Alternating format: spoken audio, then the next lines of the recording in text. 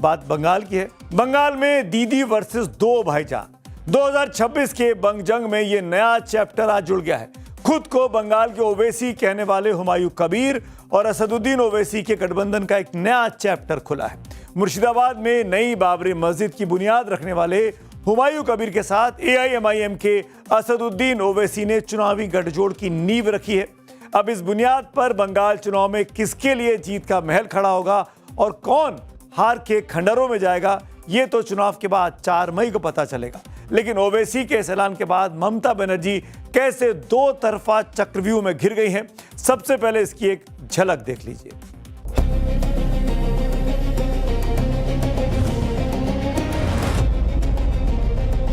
हाथों की लकीरों पे मत जाए गालिब, नसीब उनके भी होते हैं जिनके हाथ नहीं होते। ओवैसी किसी मेले में बिछड़े हुए जुड़वा भाई की तरह है भाजपा के साथ। सिचुएशन बहुत खराब है ममता जी के लिए। इस बार बंगाल में सनातनी सरकार। हुमायूं कबीर के साथ ओवैसी साहब का जाना मेरी समझ में नहीं आता।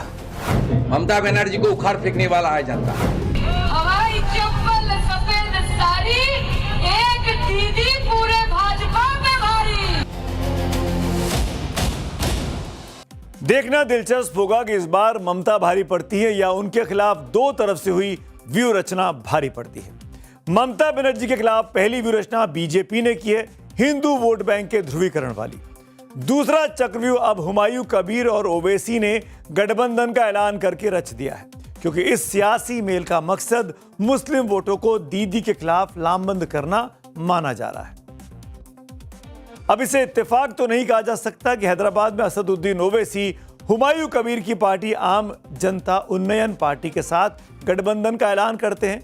वहीं दूसरी ओर कोलकाता में बीजेपी के नेता और बंगाल विधानसभा में नेता प्रतिपक्ष शुभेंदु अधिकारी पूजा करने के लिए काली घाट मंदिर पहुंचते हैं, तो वहीं मुख्यमंत्री ममता बनर्जी ईद के मौके पर नमाज में शामिल होती हैं। वैसे भी चुनावी राजनीति में टाइमिंग और मैसेजिंग का बहुत अहम रोल होता है। शुभेंदु अधिकारी के मंदिर दर्शन की मैसेजिंग भी बहुत ही क्रिस्टल क्लियर है और हुमायूं कबीर और ओवैसी के गठबंधन का मैसेज भी बहुत ही क्लियर कट माना जा रहा है। बंगाल चुनाव अब मजहबी ध्रुवीकरण के रंग में रंगता जा रहा है, लेकिन ममता बनर्जी को टीएमसी ऐसी फाइटर दीदी नहीं कहती आई है। दीदी ने भी इन दोनों चक्रव्यूह को तोड़ने वाले तीर अभी से चलाने लगे। आगे बढ़ने से पहले इसकी एक बानगी जरा देखिए। टुकड़ाएगा जो हमसे टुकड़ाएगा, जो हमसे टुकड़ियाए जाओ।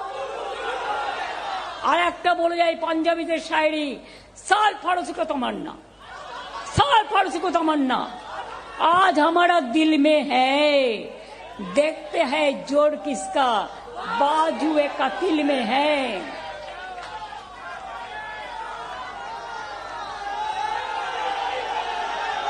मुद्दा लाख बुरा चाहे तो क्या होता है, वही होता है जो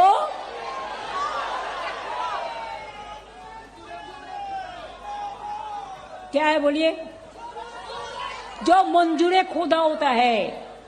माँ दुर्गार कथा बोली, ओम सर्वमंगल मंगल्ये शिवे सर्वार्थ साधिके शरण्ये त्र्यंबके गौरी नारायणी नमस्तुते सृष्टि स्थिति विनाशनं शक्तिभूते सनातनी गुणश्रयी गुणमयी नारायणी नमस्तुते। ममता बनर्जी के भाषण का ये अंश उनकी इलेक्शन स्ट्रेटेजी की सैंपलिंग है। वो खुद भी बोल रही है, मां दुर्गा भी। हिंदुत्व के मुद्दे पर बीजेपी के शुभेंदु अधिकारी फ्रंट फुट पर खेल रहे हैं। वहीं बाबरी के नाम पर मुसलमानों को ममता से दूर करने में लगे हुमायूं कबीर की जनता उन्नयन पार्टी से असदुद्दीन ओवैसी की एआईएमआईएम का गठबंधन होना ममता के लिए कोई अच्छी चीज नहीं है। 2 दिन बाद 25 मार्च को बैरिस्टर ओवैसी और हुमायूं कबीर साथ साथ प्रेस कॉन्फ्रेंस कोलकाता में करेंगे। असदुद्दीन ओवैसी की एआईएमआईएम और हुमायूं कबीर की जनता उन्नयन पार्टी बंगाल की 182 सीटों पर मिलकर ताल ठोक सकती है। एआईएमआईएम बीरभूम, मुर्शिदाबाद और मालदा की 8 सीटों पर चुनाव लड़ेगी। लेकिन इस गठबंधन को लेकर तरह तरह के दावे भी अब किए जा रहे हैं। ঠান্ডার মধ্যে আমাদের এমপিরা প্রতিবাদ করেছে।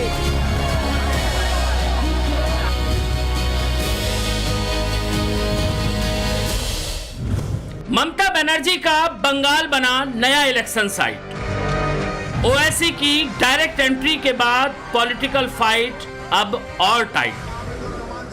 ओवैसी ने रखा क्या तर्क, टीएमसी नेता क्यों बोले नहीं पड़ेगा कोई फर्क।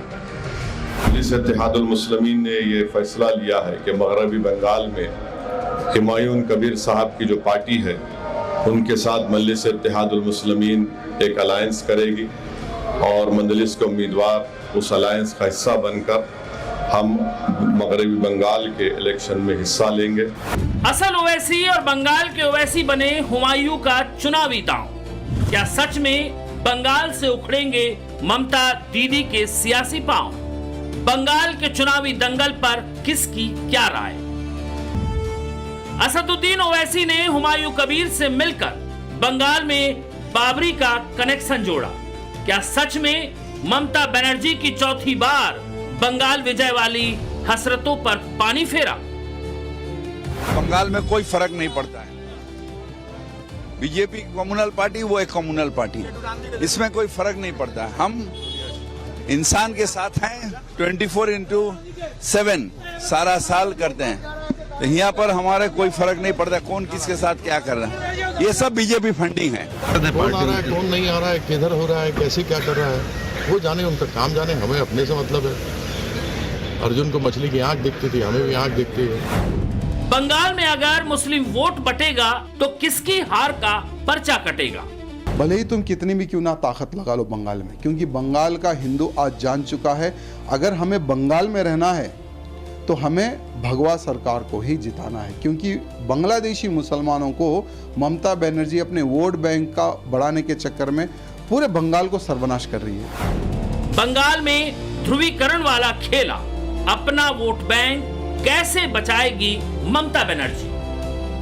2026 में आपको दिखाएगा और ये नाम याद रखिएगा, ममता बनर्जी बंगाल की नारी, हवाई चप्पल सफेद साड़ी, एक नारी 100 पे भारी। आगे बढ़े उसके पहले बंगाल में आखिरकार मुस्लिम वोट क्यों इंपॉर्टेंट है? बंगाल में तकरीबन 30% मुस्लिम वोट है। 2010 के बाद से ही बंगाल में मुस्लिम वोटर टीएमसी का कोर वोट बैंक रहा। ममता बनर्जी की जीत की हैट्रिक में जो पिछले 3 चुनाव उन्होंने जीते, उसमें मुस्लिम वोटरों की भूमिका सबसे बड़ी रही। बंगाल के चुनावी नतीजे भी इस बात के गवाह हैं। 2011 में ममता बनर्जी के लिए बंगाल के मुसलमानों ने लेफ्ट से किनारा कर लिया था और 2021 में बंगाल के मुसलमानों ने ममता के लिए कांग्रेस का साथ भी छोड़ दिया था। अब देखने वाली बात यह होगी कि 2026 में, यानी अभी जो चुनाव हो रहे हैं, उसमें बंगाल के मुसलमान हुमायूं कबीर और ओवैसी के गठबंधन या फिर ममता बनर्जी की पार्टी में से किसको चुनते हैं। अगर पिछले विधानसभा चुनाव के नतीजों पर गौर करें तो आपको जानकर आश्चर्य होगा, बंगाल में जहां पर 15% से अधिक मुसलमान हैं, ऐसी 85 मुस्लिम बहुल सीटों में, उनमें टीएमसी ने 2021 में 75 सीटें जीती थी, यानी 88% सीटों पर टीएमसी जीतती है। वहीं 101 सीटें ऐसी है जहां पर 30% से ज्यादा मुसलमान वोटर हैं। इनमें टीएमसी ने 97 सीटें हासिल की, मतलब 96% सीटों पर टीएमसी जीतती है।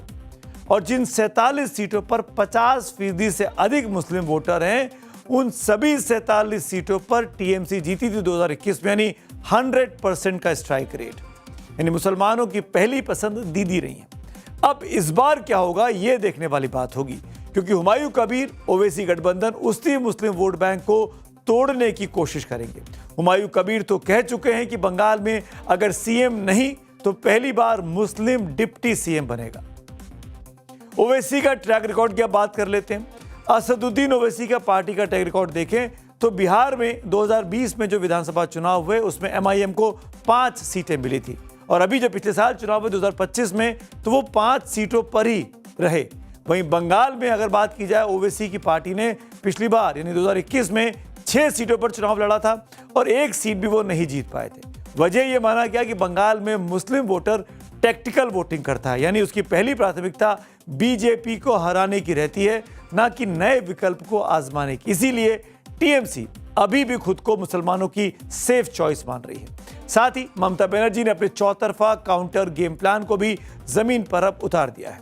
कैसे, समझिए इसको। दीदी ने एक तरफ इमाम, मुअज्जिनों और हिंदू पुरोहितों का भत्ता चुनाव के ठीक पहले बढ़ा दिया। दूसरी ओर वो सेक्युलर नैरेटिव मजबूत करने की कोशिश कर रही हैं। तीसरी ओर बंगाल के वोटरों में बीजेपी को बड़ा खतरे के तौर पर दिखाने में जुटी हुई है कि वो आएंगे तो तोड़ देंगे। साथ ही हिंदू वोट के लिए भी वो सॉफ्ट हिंदुत्व की राह पर निकल चुकी हैं, कई सारे मंदिरों का उद्घाटन कर चुकी हैं, कई सारे का शिलान्यास कर रही हैं। अगर ओवैसी की बात की जाए तो ओवैसी की पार्टी क्या कह रही है ये भी अब आपको दिखाएंगे। अब ओवैसी को साथ लेकर हुमायूं कबीर की सियासी हसरत तो यही है कि बंगाल में मुसलमानों के लिए टीएमसी का विकल्प वो बने, लेकिन ममता बनर्जी की हर मुमकिन कोशिश होगी कि ऐसा हरगिज ना हो। वहीं बंगाल के मुस्लिम वोटों पर फुरफुरा शरीफ का भी गहरा असर माना जाता है। फुरफुरा शरीफ दरगाह के पीरजादा तोहा सिद्दीकी का सपोर्ट ममता बनर्जी को अभी तक रहता आया है, लेकिन उनके भाई हैं नौशाद सिद्दीकी जो कि एक अलग पार्टी आईएसएफ बनाकर पश्चिम बंगाल की 23 विधानसभा सीटों के लिए उम्मीदवारों की घोषणा कर चुके हैं। ये ऐलान सीपीआईएम के साथ गठबंधन वाली बातचीत के बीच किया गया। इसकी इनसाइड स्टोरी क्या है, इसे हमारे सहयोगी पूजा मेहता से समझ लेते हैं। फुरफुरा शरीफ जिस पार्टी को अपना समर्थन दे दे, मान लीजिए कि उस पार्टी की उस चुनाव में जीत लगभग जो है निश्चित है। 2011 में जब ममता बनर्जी चुनाव जीती विधानसभा का, तब कहा जाता है कि फुरफुरा शरीफ के पीरजादा तोहा सिद्दीकी ने ऐलान कर दिया था कि वो ममता बनर्जी को अपना समर्थन देंगे। ठीक 2021 के विधानसभा चुनाव से पहले एक और पीरजादे फुरफुरा शरीफ के अब्बास सिद्दीकी ने ऐलान कर दिया था कि वो ममता बनर्जी का विरोध करते हैं और तृणमूल कांग्रेस का विरोध करते हैं, और अब जो है अपनी एंट्री पॉलिटिक्स में करेंगे और एक नई पार्टी को फ्लोट भी करेंगे। उसके बाद 2021 से ठीक चुनावों से पहले एक नई पार्टी का जो है फॉर्मेशन हुआ, उसे फ्लोट किया गया और उसे इंडियन सेक्युलर फ्रंट का जो है नाम दिया गया। लेकिन अब्बास सिद्दीकी जो है उस पार्टी से थोड़ा हटकर रहे और अपने भाई नौशाद सिद्दीकी को जो है उस पार्टी को लीड करने के लिए कहा।